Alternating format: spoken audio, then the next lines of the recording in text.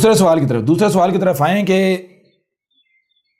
آج تک کیا کوئی عورت جو ہے، لیکن اس سے پہلے یہ واضح کر لیں کہ میرے اور محمد کے درمیان کوئی رسول نہیں، کوئی رسول نبی نہیں۔ رسول نبی کون سا؟ وہ جو ضلال مبین میں ہوتا ہے، جو خاتم النبیین ہوتا ہے۔ سمجھا نہیں آ رہی؟ جی استاد جی، کلیئر ہو رہا بھی نہیں ہو رہا؟ جی استاد جی، میرے اور محمد کے درمیان نبیین تو ہیں، لیکن کوئی ایسا نبی نہیں ہے جو رسول ہے، یعنی جو آ کر یہ کہے کہ تم پچھلے رسول سے منسوب کر کے جو بھی کر رہے ہو وہ سارے کا سارا باطل ہے، بکواس ہے، بے بنیاد ہے، لہذا زیرو سے شروع کرے۔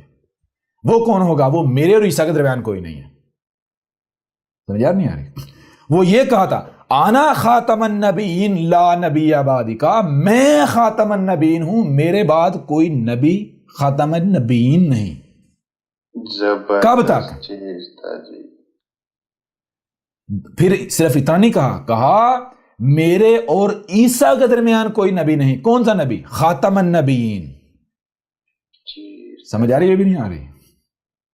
جی، یہ جو کہتے ہیں نا نبی لا نبی آبادی، لا نبی آبادی، وہ عقل کے اندر پہلے پس منظر تو دیکھو۔ آنا خاتم النبیین لا نبی آبادی، صرف یہ نہیں کہا بلکہ یہ بھی کہا کہ جان لو میری امت سے 30 دجالون کذابون ایسے ہوں گے جن کا زعم یہ ہوگا کہ وہ رسول ہیں۔ دعویٰ نہیں کریں گے،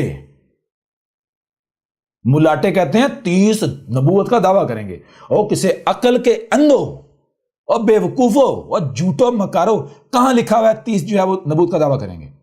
تم ثابت کر دو، احمد عیسیٰ گردن پیش کر دے گا۔ ان 30 دجالون کذابون کا زوم ہوگا۔ زوم کسے کہتے ہیں؟ زوم کہتے ہیں کہ آپ ایک کام کر رہے ہیں، آپ کو لگ رہا ہے کہ میں رسول والا کام کر رہا ہوں، اعلان نہیں کریں گے، دعویٰ نہیں کریں گے، بلکہ کہا میری امت میں 30 دجالون کذابون ہوں گے جو دین کو بدل دیں گے۔ سمجھ آ رہی ہے نہیں آ رہی؟ جی استاد جی، بالکل۔ ان کا زوم یہ ہوگا کہ ہم رسول ہیں، ان میں سے ہر ایک کا زوم یہ ہوگا کہ آنا رسول ہوں، میں رسول ہوں، آنا رسول اللہ، میں اللہ کا بھیجا ہوں۔ زوم یہ ہوگا، دعویٰ نہیں کریں گے۔ زوم کا مطلب کیا ہے؟ مطلب جو وہ کارنامہ انجام دے رہے ہوں گے، جو ان کا کردار ہوگا، ان کو یہ لگ رہا ہوگا کہ ہمارا کردار رسول کے جیسا۔ کیا ہوگا؟ محمد نے کیا کیا تھا؟ محمد نے ایک کتاب القرآن کے نام پر چھوڑ کے گیا، ایسا ہی ہے؟ جی استاد جی، بالکل ایسا ہی ہے نا؟ تو کہا تھا میرے بعد 30 دجالون کذابون ہوں گے جن کا زوم، یعنی جو میرے مقابلے پر میرے جیسا کام کریں گے۔ وہ کون ہیں؟ وہ ان کا بخاری ملاٹا جس کا زوم تھا کہ میں رسول ہوں، جس نے دین کو بدلا۔ سمجھ آ نہیں آ رہی؟ دنیا کو قرآن سے دور کیا، قرآن کا متبادل گڑ کے۔ ان کا وہ مسلم، ان کا وہ ترمذی، ان کا وہ ابن ماجہ۔ سمجھ آ رہی ہے بھی نہیں آ رہی؟ جی، ان کا وہ بابا حنیفہ۔ بات سمجھ آ رہی ہے بھی نہیں آ رہی؟ جی بالکل۔ ان کے وہ جو بابے ہیں، بابا مالک، بابا حنبل، بابا حنبل، آگے چلیں، یہ جدید دور میں بابا ہیں۔ شافعی، ہاں شافعی، یہ جدید دور میں آئے، جسے یہ کہتے ہیں ابھی وہ ریسنٹلی ایک اہل حدیث ملاٹا کہتا ہے، وہ ابن تیمیہ کا نام لیتے ہوئے کہتا ہے حجت اللہ فی الارض، زمین پر اللہ کی حجت کون؟ ابن تیمیہ۔ او عقل کے اندھو، رسول کسے کہتے ہیں؟ زمین پر اللہ کی حجت تو صرف اور صرف رسول ہوتا ہے۔ ابن تیمیہ کو رسول ڈکلیئر کر رہا ہے، گدھے کے بچے۔ الزامات احمد عیسیٰ پر لگاتا ہے، آ ذرا میدان میں۔ جی جی بے شک۔ سمجھ آ رہی ہے نہیں آ رہی؟ جی یہ وہ تمہارے ملاٹے ہیں جنہوں نے کتابیں لکھی، انہی میں سے ایک یہ جو غلام احمد ہے، یہ بھی ہو گیا۔ یہ ہیں وہ سارے جن کا زوم یہ ہوگا، یعنی ان کو لگ یہ رہا ہوگا کہ ہم بھائی جو کام کر رہے ہیں نا، ہم رسول والا کام کر رہے ہیں، ہم تو رسول کے نقش قدم پر چل رہے ہیں۔ سمجھ آ رہی ہیں؟ جی استاد جی، یہ وہ لوگ ہیں جنہوں نے لوگوں کو قرآن کا متبادل مہیا کیا۔ کلیئر ہو رہا بھی نہیں ہو رہا؟ جی استاد جی بالکل۔ یہ ابھی بھی سمجھ نہیں آئی؟ جی استاد جی۔ اب بائیں دوسرے سوال کی طرف۔ دوسرا سوال یہ تھا کہ آج تک کوئی عورت بھی ایسی ہوئی جس نے نبوت کا دعویٰ کیا؟ تو پہلی بات، پھر جو ہے وہ دوسری بات کہ کیا اللہ عورت کو اس قابل نہیں سمجھتا؟ یا پھر عورت جو ہے وہ ذہنی طور پر کمزور ہوتی ہے یا اس قابل نہیں ہوتی کہ اسے یہ ذمہ داری نہ دی جائے، تو اس میں سب سے پہلی بات تو یہ ہے، دیکھیں غور کیجیے گا،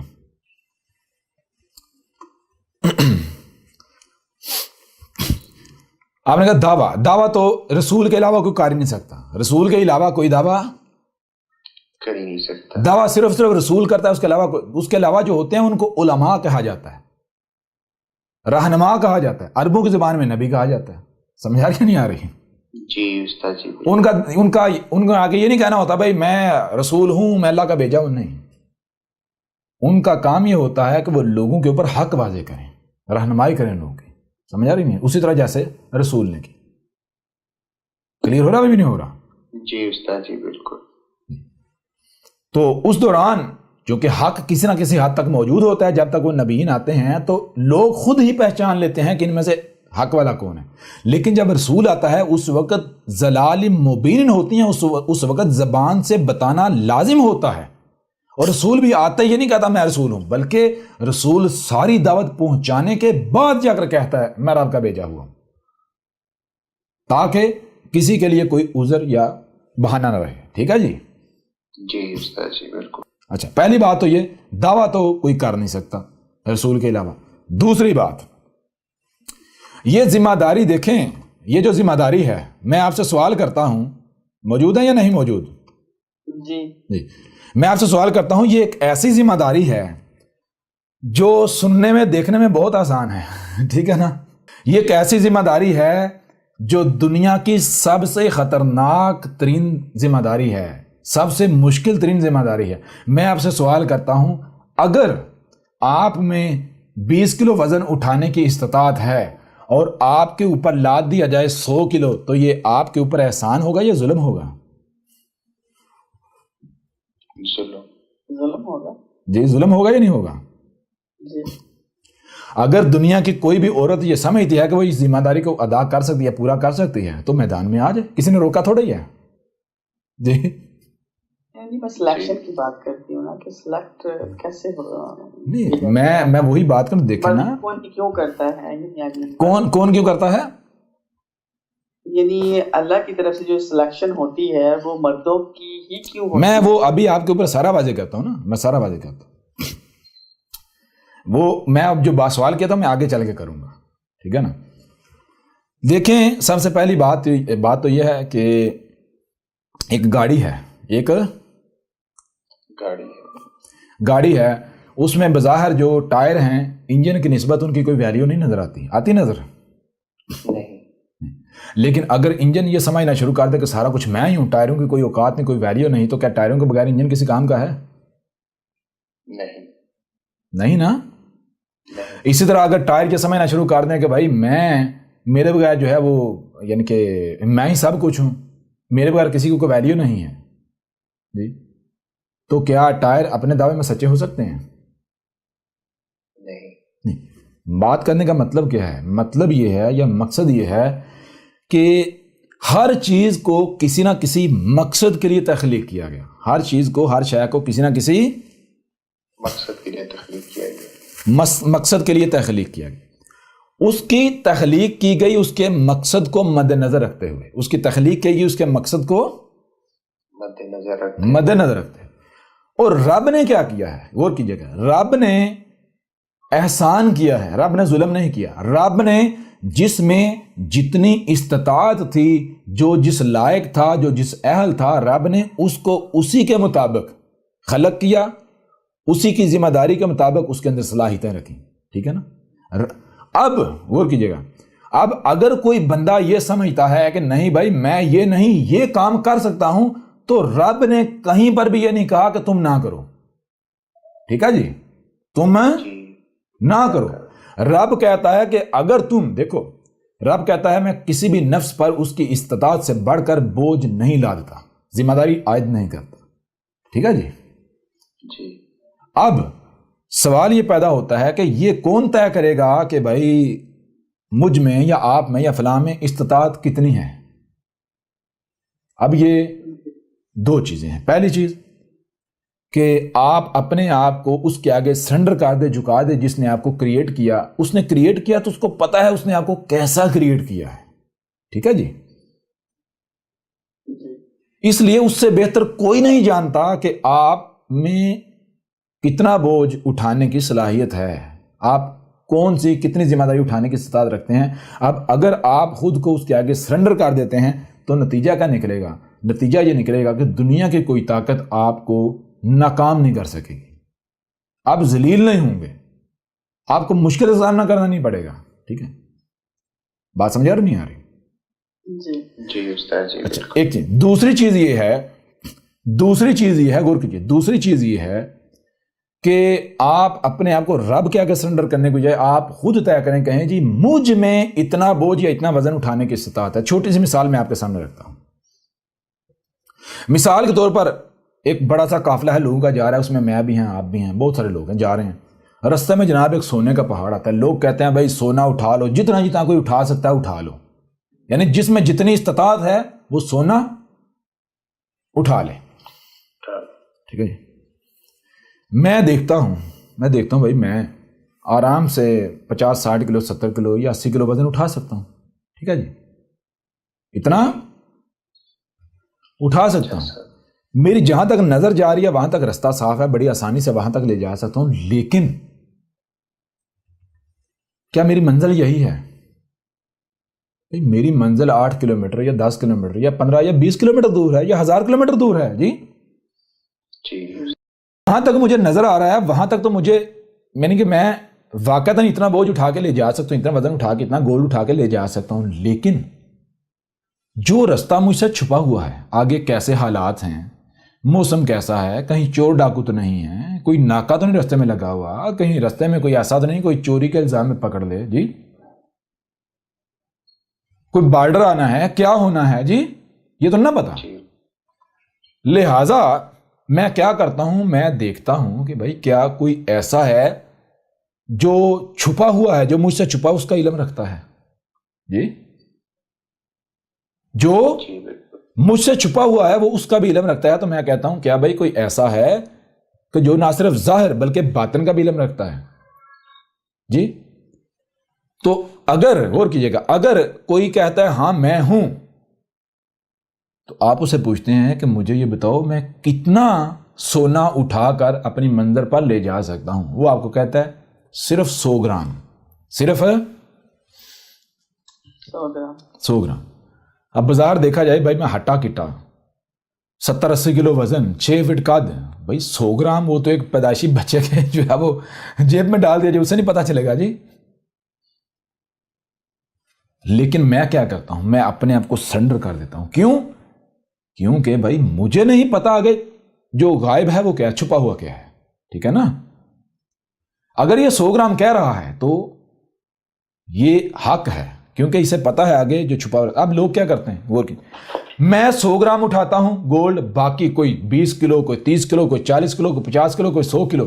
میں جب 100 گرام اٹھاتا ہوں لوگ میرے اوپر ہنستے ہیں، لوگ میرے اوپر ہنستے ہیں، طنز کرتے ہیں۔ میں اس ہنسنے کی، اس طنز کی پرواہ نہیں کرتا۔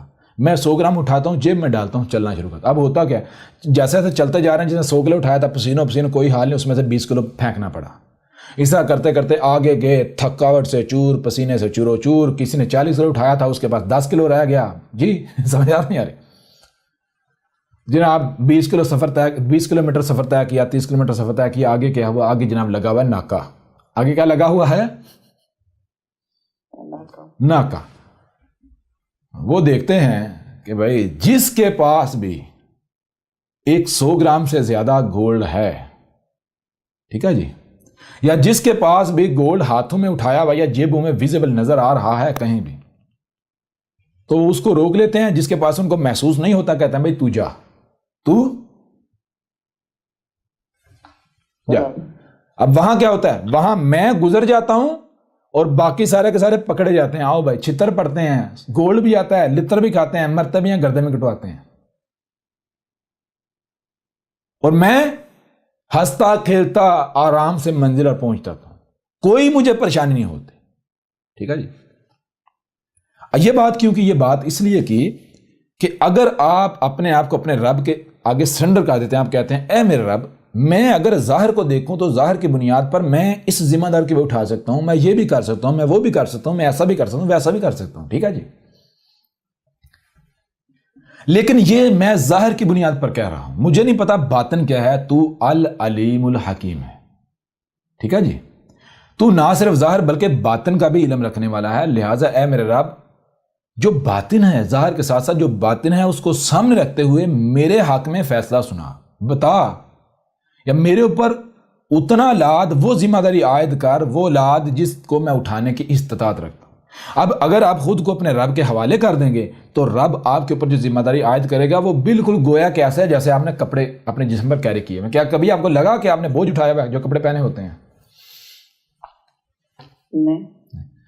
رب جو ذمہ داری عائد کرتا ہے وہ بالکل ایسے ہوتی ہے گویا کہ آپ نے کوئی کار ہی نہیں رہے، آپ دنیا کے سب سے آزاد شخص ہوتے ہیں. آپ کو پتا ہوتا ہے آزادی کیا چیز ہے.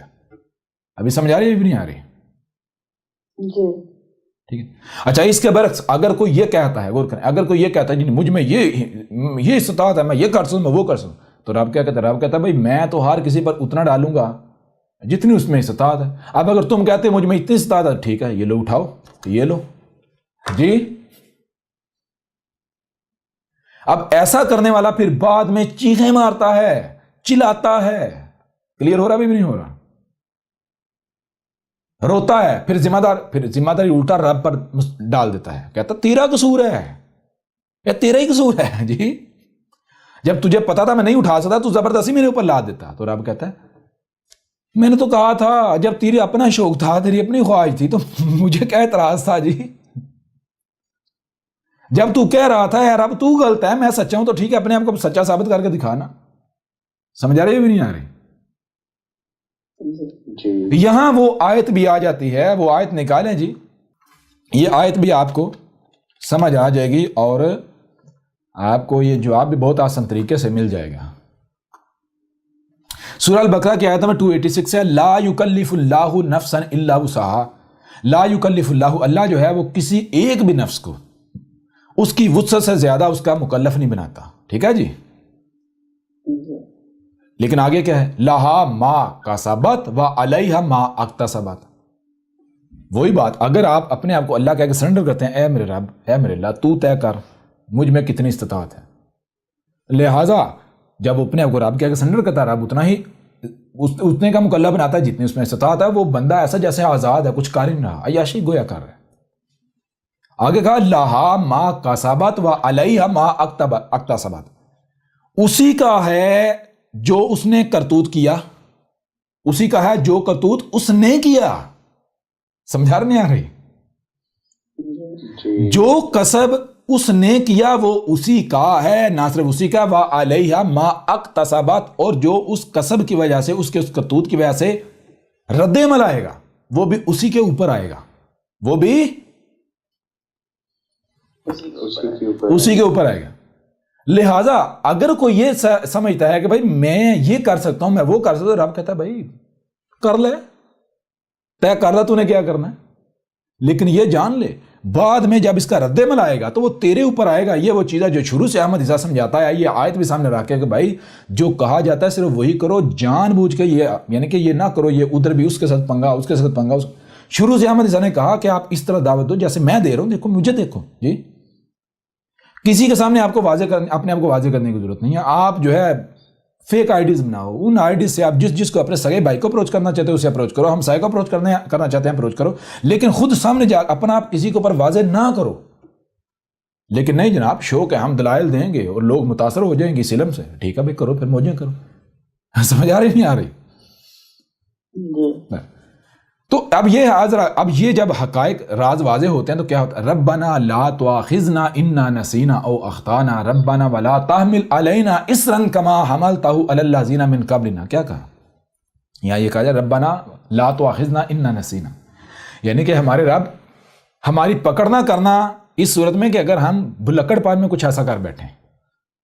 یعنی کہ اگر بلکڑ پان میں جی ہم سے کوئی ایسی کوتاہی ہو جائے، ہم کوئی یعنی کہ لا علمی کی وجہ سے بلکڑ پان میں اگر ہم کوئی ذمہ داری اٹھا بیٹھتے ہیں جس کی ہمیں استطاعت نہیں ہے، تو اس کے اوپر ہماری پکڑ نہ کرنا بلکہ ہمیں اس سے پار لگا دینا، بچا دینا جی.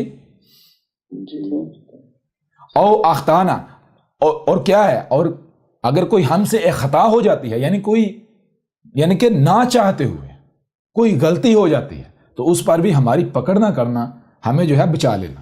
پھر ربنا ولا تحمل علینا، ہمارے رب اور نہ ہی ہمارے اوپر ڈالنا، کیا نہ ڈالنا، اسرن، جس کا ہم اصرار کریں. یعنی ہمارا بے شک ہم اصرار کریں، ہم کہیں ہم یہ کر سکتے ہیں، ہم یہ کر سکتے ہیں، ہم اصرار کریں، لیکن اے ہمارا ہمارے اوپر نہ ڈالنا. کیوں؟ ہم ہو سکتا ہے بلکڑ پان میں یا خطا میں ایسا کر رہے ہو، ہمارے اوپر یہ نہ ڈالنا، ہمارے اوپر یہ نہ ڈالنا. اچھا کیسے؟ کما حملتہ علی الذین من قبلنا، بالکل اس طرح جیسے تو نے ڈالا ان پر، ان لوگوں پر جو ہم سے قبل تھے. کون سے ہم سے قبل؟ مثال کے طور پر میں آپ کو مثال دیتا ہوں. احمد عیسیٰ نے سب سے پہلے آ کر یہ کہا، احمد عیسیٰ نے کہا کہ بھائی یہ جو تم دعوے کر رہے ہیں ہم پوری دنیا پر خلافت قائم کر دیں گے، یہ وہ وقت نہیں ہے، لہٰذا اس وقت جو صلاۃ کتب ہے اس کی طرف آؤ. وہ کون سی صلاۃ کتب ہے؟ وہ ہے وہ جو نوح نے قائم کی تھی. انہوں نے کہا نہیں، ہم تو پوری دنیا پر یہ کر دیں گے وہ کر دیں گے. تو کہا ٹھیک ہے بھائی کرو. سمجھ آ رہی نہیں آ رہی؟ اگر تم کہتے ہو ہم اس وقت پوری دنیا کو جناب اس کے اوپر دین قائم کر دیں گے، اگر تم یہ ذمہ داری اٹھانے کی دعوے دار ہو، تمہیں وسعت ہے، استطاعت ہے، تو ٹھیک ہے اٹھاؤ، جاؤ کرو. ضد کی، رب نے ڈال دی یا نہیں ڈال دی؟ اٹھا پائے؟ کمر ٹوٹی یا نہیں ٹوٹی؟ وہ احمد نے شروع میں واضح کر دیا تھا، ہر چیز واضح کر دی تھی. جی بالکل. کتنے ہی نوجوان ہیں جو آئے، مجھے کہا جی ہم ادھر جانا چاہتے ہیں، میں نے کہا نہ، بھول کے بھی نہ جانا. اس وقت وہ صلاۃ کتب نہیں، اس وقت یہ صلاۃ کتب ہے جو انہوں نے قائم کی تھی، اسے قائم کرو اگر بچنا ہے تو. کہا جی نہیں ہم تو ادھر ہی جانے تھے. پر ٹھیک ہے جاؤ. سمجھ آ رہی نہیں آ رہی؟ مرو آگ میں کودو جا کے، کسی نے روکا ہے؟ ٹھیک ہے ظاہر بات تمہاری اب ضرورت تو نہیں ہے، پر دنیا میں جاؤ، واپس جاؤ، گھر جاؤ. تو یہ چیز ہے ربنا ولا تحملنا ما لا طاقت لنا، یعنی کہ ہمارے رب ایسا بھی ہمارے اوپر نہ ڈالنا، لادنا کہ جس کو اٹھانے کی، جس ذمہ داری کو پورا کرنے کی ہم میں طاقت نہ ہو، ہم میں قوت نہ ہو، ہم اسے کر نہ سکے. لنا بھی ہمارے لیے وہ نہ کرنا. واعف عنا واغفر لنا وارحمنا انت مولانا فانصرنا علی القوم الکافرین. بہرحال تو یہ آیت آپ کے سامنے کیوں رکھی؟ یہ آیت اس لیے سامنے رکھی کہ دیکھیں رب نے یہ نہیں کہا کہ کوئی بھی عورت اس ذمہ داری کو نہیں اٹھا سکتی. رب یہ کہہ رہا ہے کہ دیکھو میں نے ہر شے کو تخلیق کیا ہے اس کے مقصد کے لحاظ سے، اس کی ذمہ داری کے لحاظ سے، ٹھیک ہے جی. اور میں نے تخلیق اس طرح سے کیا ہے کہ کسی پر بھی اس کی استطاعت سے بڑھ کر بوجھ میں نے یعنی کہ نہیں لادا، نہ میں لالتا ہوں. اب اگر مثال کے طور پر عورت کہتی ہے جی میں، اس سے پہلے تھوڑی اور واضح کر لیں، مرد کی تخلیق کی گئی مرد کی ذمہ داری کے لحاظ سے، عورت کی تخلیق کی گئی عورت کی ذمہ داری کے لحاظ سے. مرد یہ نہیں کہہ سکتا کہ میں عورت سے افضل ہوں، عورت یہ نہیں کہہ سکتی کہ میں مرد سے افضل ہوں. عورت جب تک اپنے مقام پر رہے گی تب تک وہ پرفیکٹ ہے، اس کا کوئی ثانی نہیں. مرد جب تک اپنے مقام پر رہے گا تب تک اس کا کوئی ثانی نہیں. ٹھیک ہے نا؟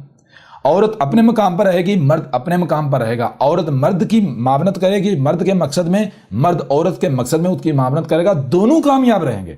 لیکن اگر عورت نے مرد کی ذمہ داری اٹھانے کی یعنی کہ وہ دعویٰ کیا اور مرد نے عورت کی ذمہ داری اٹھانے کا دعویٰ کیا تو نتیجہ کیا نکلے گا؟ نتیجہ بالکل یہی نکلا جیسے مشین کے اندر دو پرزے ہیں، دو پرزے ان کو ایک دوسرے کی جگہ پر فٹ کر دیا جائے، اس پرزے کو نکال کے ادھر اس کی جگہ پر، اس کو نکال کے اس جگہ پر لے جائے، نتیجہ کیا نکلے گا؟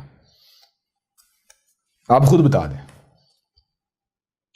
تھوڑا سا کلیئر کر دیں. وہ ہو جاتا ہے سارا ہو جائے گا. یہ چیز کلیئر.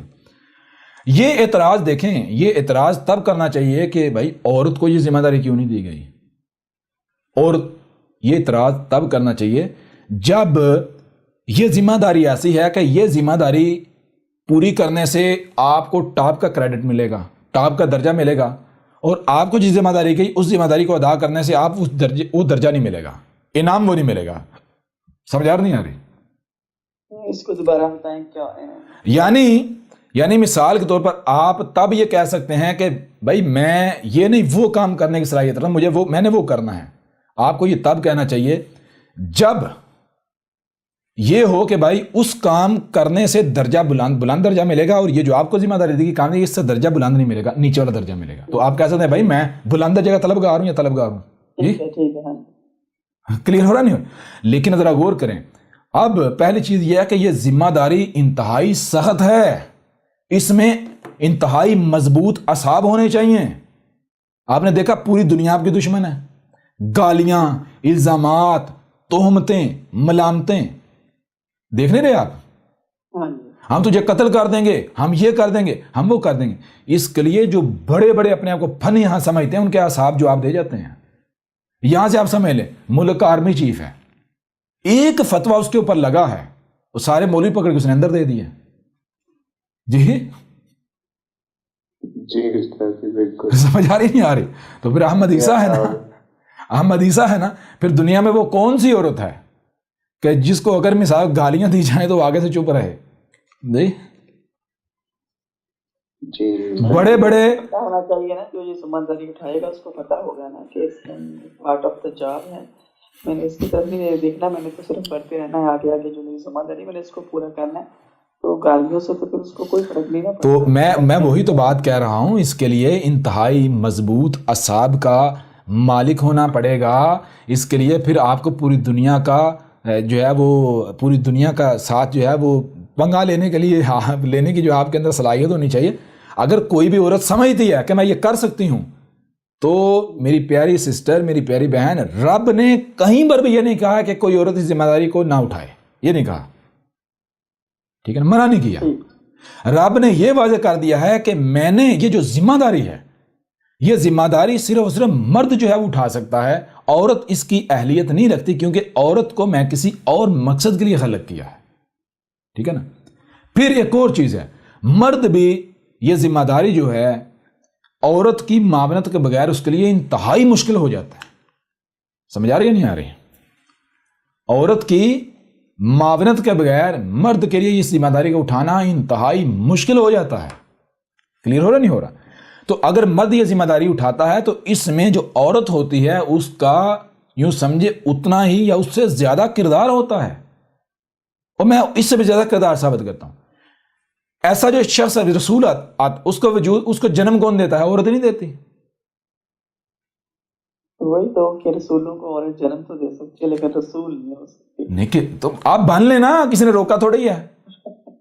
ہاں بھائی روکا، اگر آپ سمجھتے ہیں آپ ذمہ داری اٹھا سکتے تو آپ اٹھا لیں. میں کبھی یہ سوچتی ہوں کہ ہماری جو سوسائٹی ہے نا یہ میل ڈومیننٹ سوسائٹی ہے، اس لیے میل تو آپ یہی تو بات آ گئی، یہی تو بات آ گئی. میں نے تو یہ نہیں سوچا بھائی نبوت کا دروازہ بند ہے، لوگ کیا کہیں گے، یہ ہوگا وہ ہوگا، اپنے یہ لوگ گرب جلا دیں گے، یہ میں نے تو نہیں یہ سوچا. سمجھ آ رہی ہے نہیں آ رہی؟ یہی تو فرق ہے. ابتدا سے واضح ہو رہا یا نہیں ہو رہا؟ یہ ذہن میں رکھیں میری پیاری بہن، رب نے کہیں پر بھی یہ نہیں کہا کہ کوئی عورت جو ہے وہ یہ ذمہ داری نہ اٹھائے. اگر کوئی عورت یہ سمجھتی ہے کہ صرف رب نے نہیں کہا، نہیں، عورت اگر یہ سمجھتی ہے کہ میں اس ذمہ داری کو اٹھا سکتی ہوں تو ٹھیک ہے وہ اٹھا کے دکھا دے. لیکن یہ ذہن رکھے کہ رب نے اسے اس مقصد کے لیے تخلیق نہیں کیا، اس کی تخلیق اس مقصد کے لیے ہوئی نہیں. یہ کہہ دیتے ہیں نا کہ دیکھیں پہلی بات اگر رب نے منع نہیں کیا تو اس میں یہ ہو جاتا ہے بالکل صحیح ہے، رب نے منع نہیں کیا. اگر آپ اپنے آپ کو اس اہل سمجھتے ہو یا اس قابل بنا لیتے ہو تو مطلب کہ آپ رسول ہو سکتے ہو. یہ ہے ایک الگ بات. جب آپ یہ کہتے ہو کہ رب نے اس میں یہ صلاحیت ہی نہیں رکھی، اس کو اور صلاحیتوں کے لیے پیدا کیا، تو پھر تو آپ نے اس کو پہلے دن سے ہی الگ کر دیا کہ وہ اس قابل ہو ہی نہیں سکتا. میں وہی بات کروں. دیکھیں غور کریں تھوڑی دیر پہلے میں نے بڑی ڈیٹیل کے ساتھ یہ بات کی کہ دیکھیں ہر ایک کی تخلیق اس کے مقصد کو سامنے رکھ کر کی گئی. ہر ایک کی تخلیق اس کے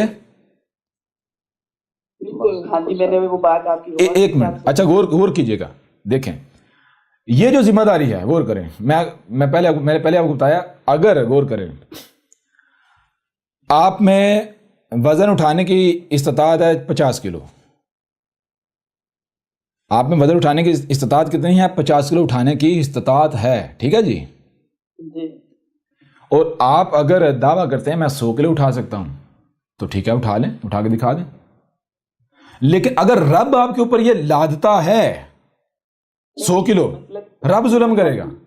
ایک منٹ, رب نے آپ کے اوپر یہ ذمہ داری عائد نہیں کی, لیکن اگر آپ یہ سمجھتے ہیں کہ آپ اس ذمہ داری کو ادا کر سکتے ہیں, آپ یہ سمجھتے ہیں کہ میری تخلیق ایسی ہے, تو آپ کر لیں, کر کے دکھا دیں. ہاں جی, یہاں تک بالکل صحیح ہے کہ اگر آپ اپنے آپ کو اس اہل ثابت کرتے ہیں اور سمجھتے ہیں کہ اٹھا سکتے ہیں, تو رب کو کوئی اعتراض نہیں ہے, رب آپ کو دے سکتا ہے وہ ذمہ داری. نہیں, رب نے تو, رب تو میری پیاری بہن, رب تو دیکھیں نا رسول کی صورت میں شروع میں جب ظلال مبین ہوتی ہیں تب تک سامنے آتا ہے, اس کے درمیان کرو موجیں کرو جو چاہے کرو, روکا تھوڑی ہے کسی نے. میں اس کی دور کی نہیں بات کری, مطلب یہ میں کہ صرف سمجھنے کے لیے یہ پوچھ رہی ہوں کہ چلے مان لیا کہ ظلال مبین ہے, ہر طرف گمراہیاں ہی ہیں, تو اس وقت اگر یہ عورت کوئی ذمہ داری اٹھانی چاہیے تو رب کو تو کوئی اعتراض نہیں نہ ہو سکتا. تو رب کیوں اعتراض کرے گا؟ رب کو اعتراض کرنے کی ضرورت بھی کیا ہے؟ جب دیکھیں نا رب اس ذمہ داری نہیں لاد رہا اس کے اوپر, وہ خود اٹھا رہی نا, تو رب کو کیا اعتراض ہے؟ خود اٹھا رہی. رب نے ابھی دیکھیں رب نے کیا کہا, رب نے کیا کہا, لا یکلف اللہ نفسا الا وسعها. اللہ جو ہے, ایک منٹ, اللہ جو ہے کسی ایک بھی نفس کو اس میں جتنی استطاعت ہوتی ہے اس کے علاوہ اس کا مکلف نہیں بناتا, اللہ نہیں کرتا ایسا. اچھا آگے ایک منٹ, ظاہر بتا سارے ہیں, سارے ہیں. آگے دیکھیں نا, آگے رب نے یہ نہیں کہا جی نہ کرنا, جس کی تمہیں جو ذمہ داری اٹھانے کی تمہیں وسعت نہیں ہے وہ نہ کرنا. رب کیا کہہ رہے ہیں, لہا ما کسبت و علیہا ما اکتسبت. اب جو بھی کرتوت آپ کرتے ہیں, آپ سمجھتے ہیں بھائی مجھ میں یہ وسعت ہے, مجھ میں یہ وسعت ہے, تو وہ جان لیں وہ میرا کام نہیں ہے, وہ میں نے آپ کو اوپر نہیں, وہ آپ کی اپنی ذمہ داری ہے. اب اس کی وجہ سے جس رد عمل کا آپ کو سامنا کرنا پڑے گا, جو تکلیفیں جو مصیبتیں آپ کے اوپر آئیں گی, تو پھر چیخیں نہیں مارنا, مجھے ذمہ دار نہیں ٹھہرانا. بات سمجھ آ رہی نہیں ہے؟ دونوں کے لیے یہ وارننگ دونوں کے لیے, ظاہر ہے دونوں کے لیے, عورت کے لیے, دونوں کے لیے, بالکل دونوں کے لیے, ہر ایک کے لیے ہے جی, ہر ایک کے. تو رب نے کہیں پر بھی یہ نہیں کہا, رب تو دیکھیں نا میری پیاری بہن, رب یہ نہیں کہہ رہا ہر مرد کو اٹھ کے نبی بنے, نہیں, صرف وہی جو اس کی صلاحیت رکھتا ہے. بالکل. چیز یہ ہے کہ آپ گویا کہ part of machine who, Hare part کو اس کے مقصد کے لیے تخلیق کیا گیا, اس کا الگ مقام ہے. اگر وہ اپنے مقام پر رہتے ہوئے اپنی ذمہ داری پوری کرے گا, جب ہر پارٹ اپنی ذمہ داری پوری کرے گا, پوری مشین بہترین چلے گی.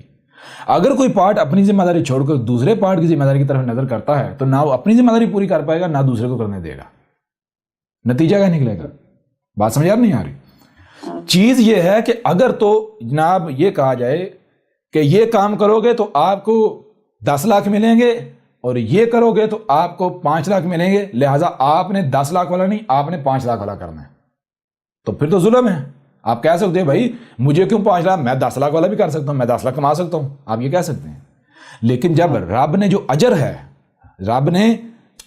ہے وہ وہی رکھا ہے, عورت کی اپنی ذمہ داری, مرد کی اپنی ذمہ داری, اگر عورت اپنی اس ذمہ داری کو پورا کرتی ہے تو وہی اجر اسے ملتا ہے, وہی بدلہ ملتا ہے. تو کیا ضرورت ہے یعنی کہ تھوڑا کام کر کے پورا اجر لینے, اپنا زیادہ مشقت اٹھانے کی اور اجر اتنا ہی لینے کی؟ بہتر نہیں ہے کہ آرام سے سکون سے بغیر کسی تکلیف کے, بغیر پریشانی کے جو کام ہوتا ہے وہ کرو, اور جو ہے وہ اجر پورے کا پورا لو. جی رب تو احسان کر رہا ہے, کہ آسان سہل ذمہ داری دے کر کریڈٹ اتنا ہی دیا جا رہا ہے, بدلہ اتنا ہی دیا جا رہا ہے, وہی دیا جا رہا ہے. ٹھیک ہے نا؟ ٹھیک ہے. اور جو ہم نے پہلے بات کی اس میں میرے ذہن میں 2 سوال آئے ہیں جی. ایک تو وہ ہے جو آپ نے کہا کہ سورج سے جو گرمی آتی ہے وہ ٹھنڈی آتی ہے, اور زمین میں جب ان کا اختلاط ہوتا ہے, یعنی ان کے جو گیسز ایک دوسرے کے ساتھ ملتی ہیں, پھر اس سے جو بانڈ کریک ہوتے ہیں, تو اس کی وجہ سے ہیٹ جو ہے وہ زمین کے اوپر بڑھتی جا رہی ہے جی. جو کہ یہ گیسز وغیرہ جو ہم کاربن مونو آکسائڈ گاڑیوں کی وجہ سے جو گیسیں ہم نے ہوا میں چھوڑی ہوئی ہیں وہ زمین کے اندر کی, اور ہم نے اس کو باہر لا کے فضا میں چھوڑ دیا اور پھر اس وجہ سے ساری پولوشن ہے اور گرمی ہے نا جی تو تابکاری اس وجہ سے ہو رہی ہے. تو اگر آپ اسپیس پہ چلے جائیں جی اوپر چلے جائیں تو یہ تابکاری تو تب بھی آپ کو برن کرتی ہے, ہیٹ تو تب بھی ہے, اور آپ کو سورج کی تابکاری اثرات اوپر بھی فیل ہوتے ہیں, جبکہ وہاں پہ یہ گاڑیوں وغیرہ کا کوئی دھواں نہیں ہے. تو اس کے بارے میں آپ کا کیا خیال ہے؟ ایک سوال یہ. اور دوسرا یہ کہ جب ہم حضرت ابراہیم علیہ السلام کی بات کر رہے تھے کہ ابراہیم علیہ السلام نے کہا کہ میرا رب جو ہے وہ مشرق سے سورج نکالتا ہے, اور اس نے حکومت کو کہا کہ آپ مغرب سے لے نکالیں.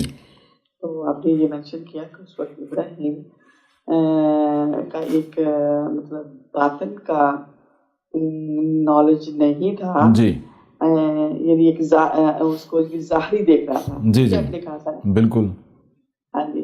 اور آپ نے یہ بھی کہا کہ اس وقت جو ترقی ہوئی تھی وہ اس دور سے 90 ٹائم زیادہ تھی. جی اگر اس وقت 90 ٹائم زیادہ تھی تو کیا ان لوگوں کو نہیں پتا تھا کہ زمین جو ہے وہ سورج کے گرد گھومتی ہے, سورج نہیں گھومتا, چکر لگاتا؟ تو ابراہیم کو کیسے نہیں پتا تھا کہ سورج چکر نہیں لگا رہا, جبکہ ان کی ترقی جو تھی وہ ہم سے 90 ٹائم زیادہ. بالکل ٹھیک, زبردست. اور بس یہی دو آئے تھے. ٹھیک ہے, پہلا سوال کیا تھا؟ پہلا سوال وہی سورج کی گرمی والا. دوسرا سوال کہ اگر وہ قوم جو ہے وہ لوگ جو ہیں وہ 90% آگے تھے تو ان کو پھر کیا, یعنی کہ یہ نہیں پتا تھا کہ جو ہے وہ زمین نہیں گھوم رہی, یعنی کہ سورج جو ہے وہ گھوم رہا ہے, اپنا زمین کے جو ہے گھومنے کا علم نہیں تھا.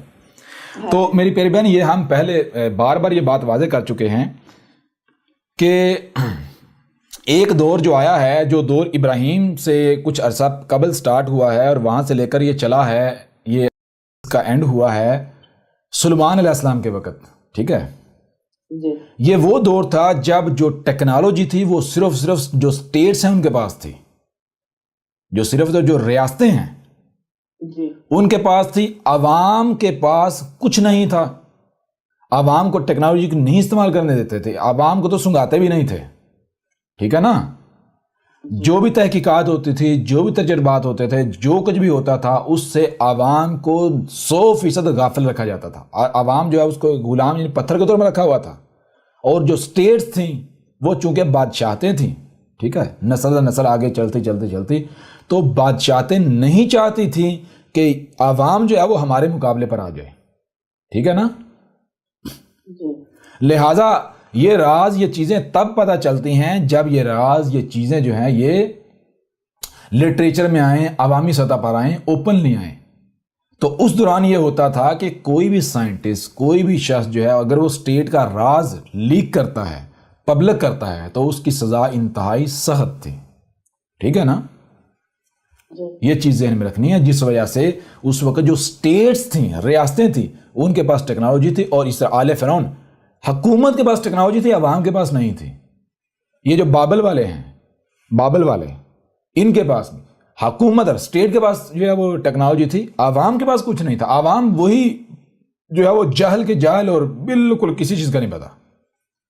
ٹھیک ہے نا, یہ چیز ہے.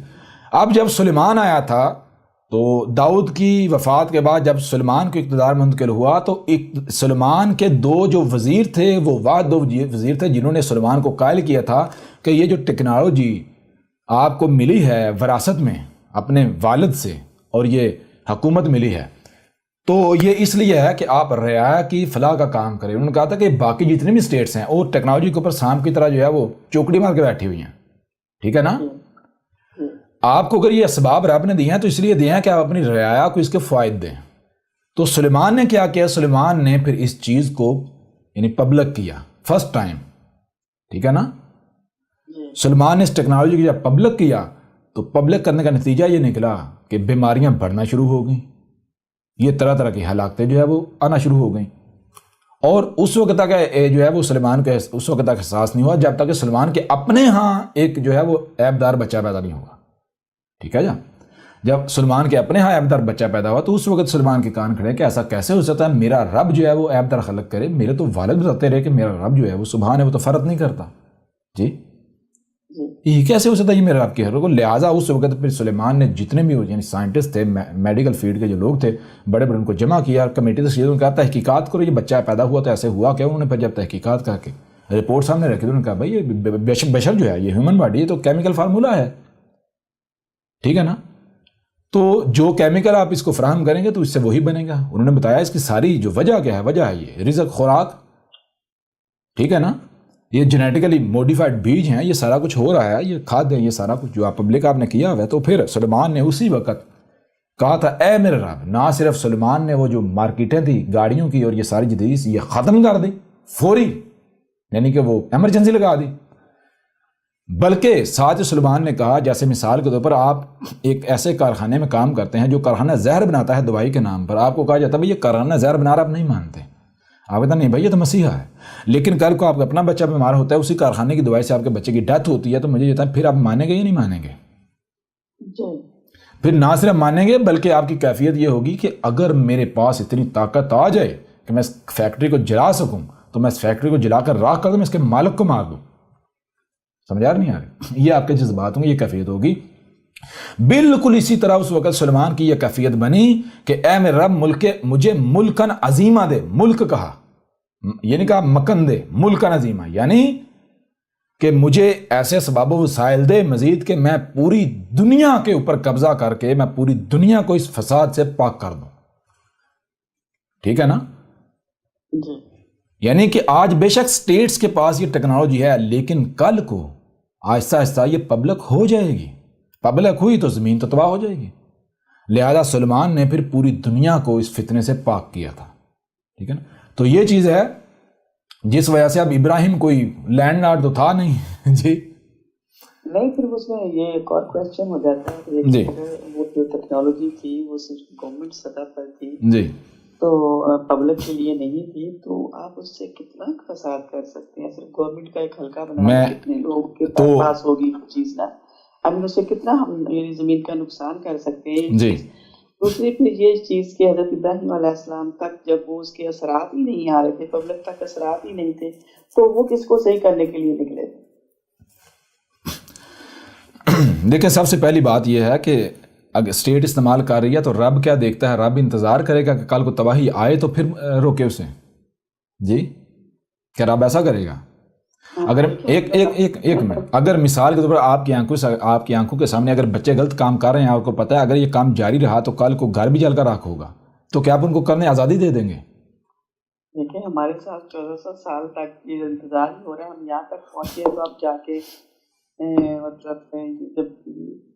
تو آپ میں سے آپ کو اختیار دیا ہوا تھا نا. سلیمان جو ہے رسول تھوڑے تھا، سلیمان تو نبی تھا.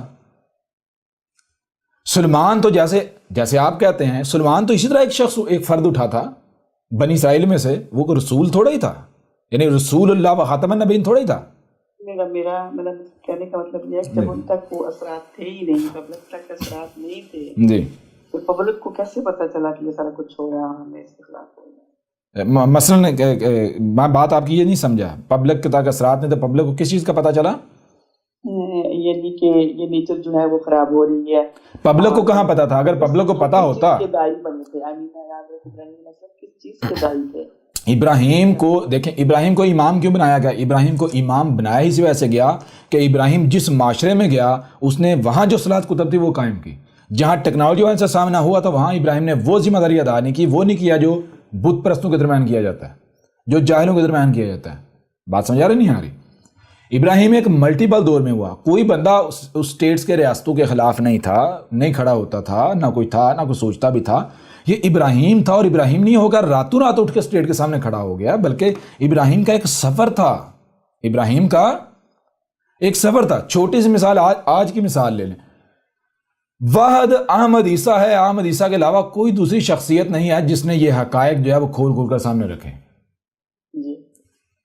جی ہر بندہ عجیب فرسٹ ٹائم آپ سے سنا دعوت اللہ پوری دنیا میں تناتا پھرا، کسی کو نظر آیا پوری دنیا میں؟ تو ابراہیم کو اس وقت نظر آیا. کیوں نظر آیا؟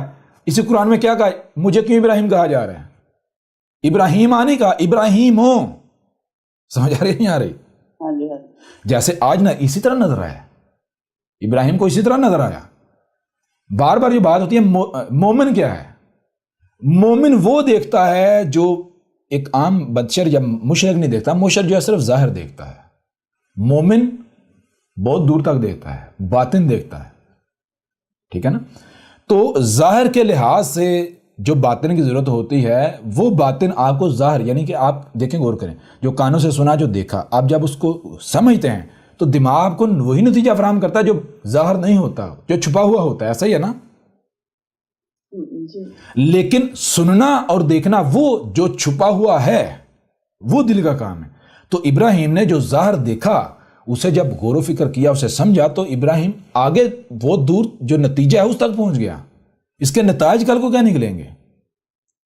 تو اب ابراہیم کو جب رب اٹھا کر وہاں سے, ایک مشرک معاشرے تھے وہاں جو ذمہ داری پوری کرنی تھی وہاں کر لی, وہاں سے ابراہیم کو اوپر زمین تنگ آتی گئی, وہاں سے راتوں رات نکلنا پڑا, وہاں سے ابراہیم نے ہجرت کی, جب یہاں اس معاشرے میں آیا, یہاں آیا ہے, یہاں دیکھتا ہے کہ یہاں یہ کچھ ہو رہا ہے. تو ایسا نہیں ہوگا ابراہیم نے آتے ہی شروع کر دیا, نہیں, ابراہیم نے وہی غور و فکر کرنا شروع کیا.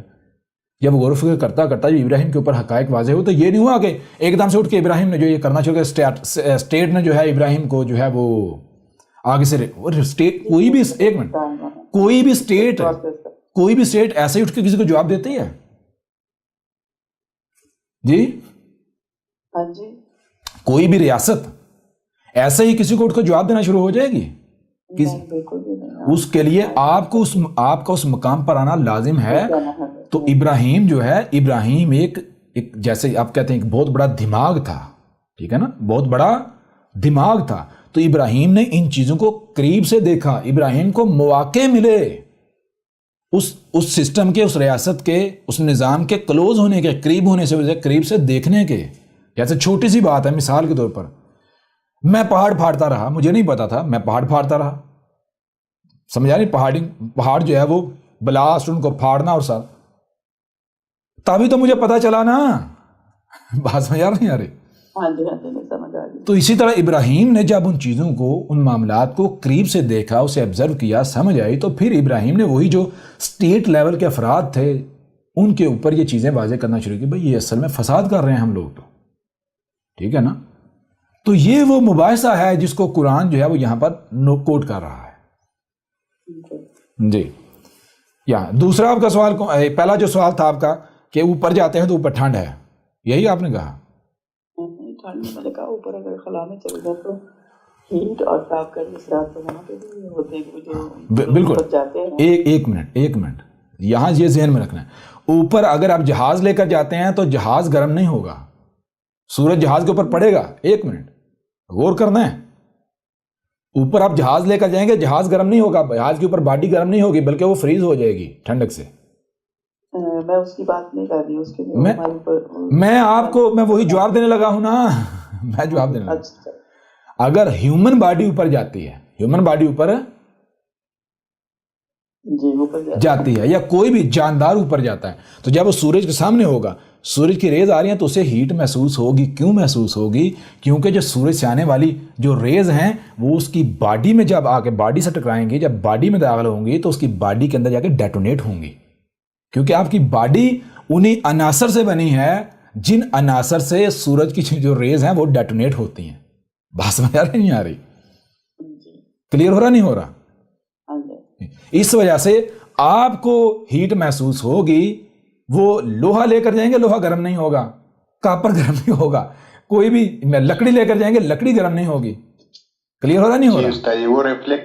وہ ریفلیکٹر ہے اور جو ہیومن ہے وہ ایبزاربر. ہاں, ایبزاربر. ہیومن کا جتنے بھی جاندار ہیں تو ہاں, ان کے اندر وہ جب ریز آئیں گی, داخل ہوں گی, تو ان کے اندر وہ ڈیٹونیٹر موجود ہے نا, وہ ایلیمنٹس, وہ عناصر موجود ہیں جن کے ساتھ جب اختلاط ہوگا تو تابکاری بے نقاب ہوگی, بلاسٹ ہوں گے.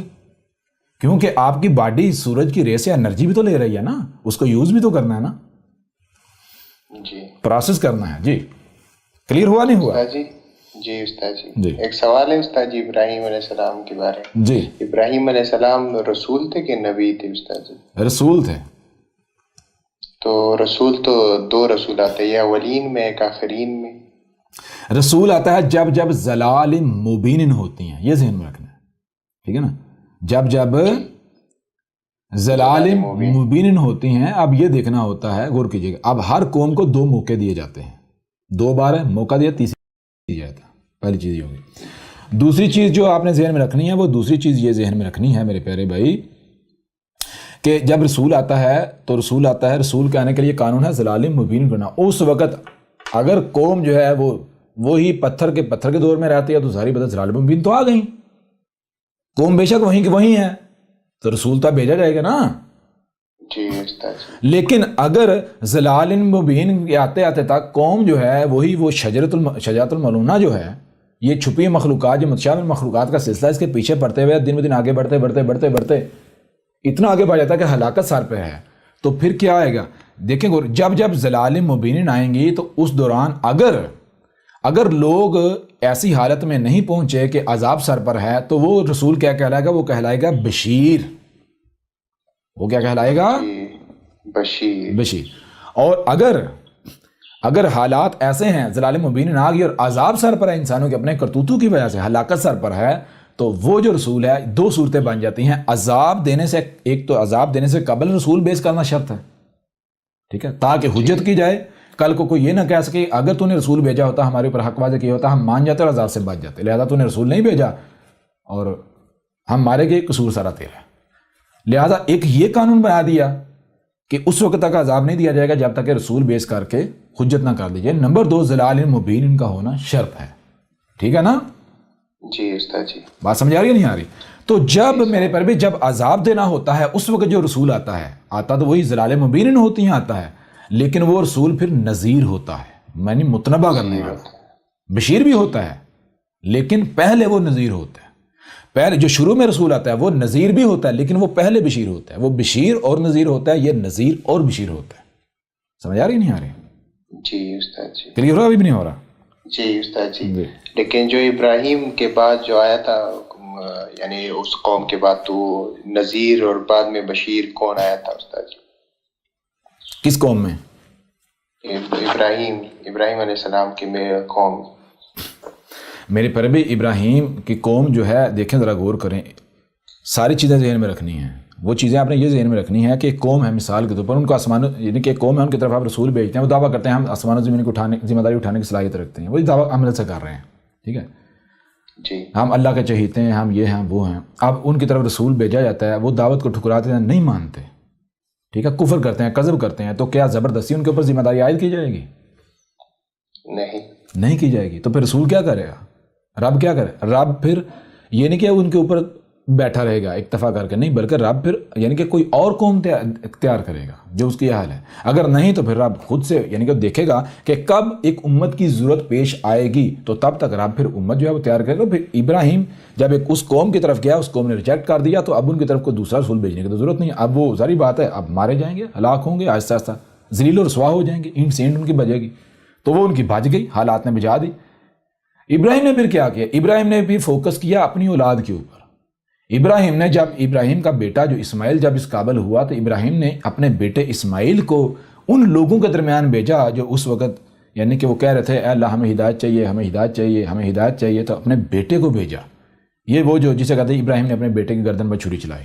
سمجھ آ رہی نہیں آ رہی؟ جی استاد جی، قربان۔ ہاں، تو یہ اپنے بیٹے کو وہاں بھیجا تھا، لیکن اس قوم نے بھی پھر ظاہری بات ہے وہ نہیں کیا۔ بہرحال وہ آگے اس طرح کرتے کرتے ادھر سے یہ سلسلہ چلا، ادھر سے پھر وہ اسحاق سے بیٹا یعقوب سے پھر آگے وہ بڑھتے بڑھتے وہ پھر پوری بنی اسرائیل جو ہے پورے وہ یعنی کہ 13 ٹرائبز جو ہیں، پہلے 12 تھے، 12 سے 13 ہوئے، وہ 13 ٹرائبز وہ پھیلتے پھیلتے پھیلتے وہ پوری قوم بن گئی۔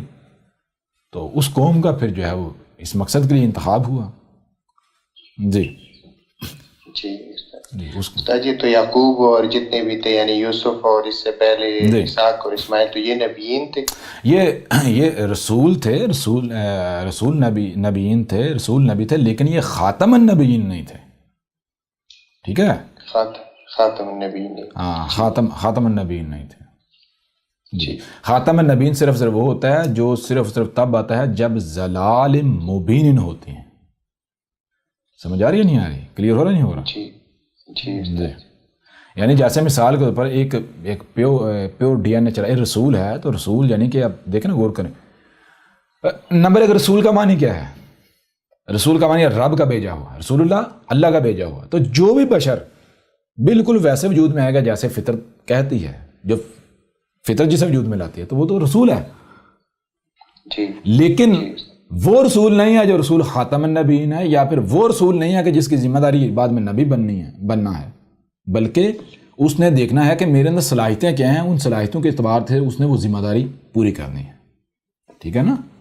جیسے مثال کے طور پر اگر ایک مومن ہے، اس کا جو جوڑا ہے زوج، وہ بھی مومن ہے اور دونوں طیب ہیں، اور ان کے اوپر واضح ہے کہ بھائی بچہ کس مقصد کے لیے لانا ہے، کس مقصد کی اس کی پرورش کرنی ہے، وہ دونوں طیب ہیں، اور ایک بچہ طیب بچہ آتا ہے تو وہ کیا ہے، وہ رسولی تو ہے.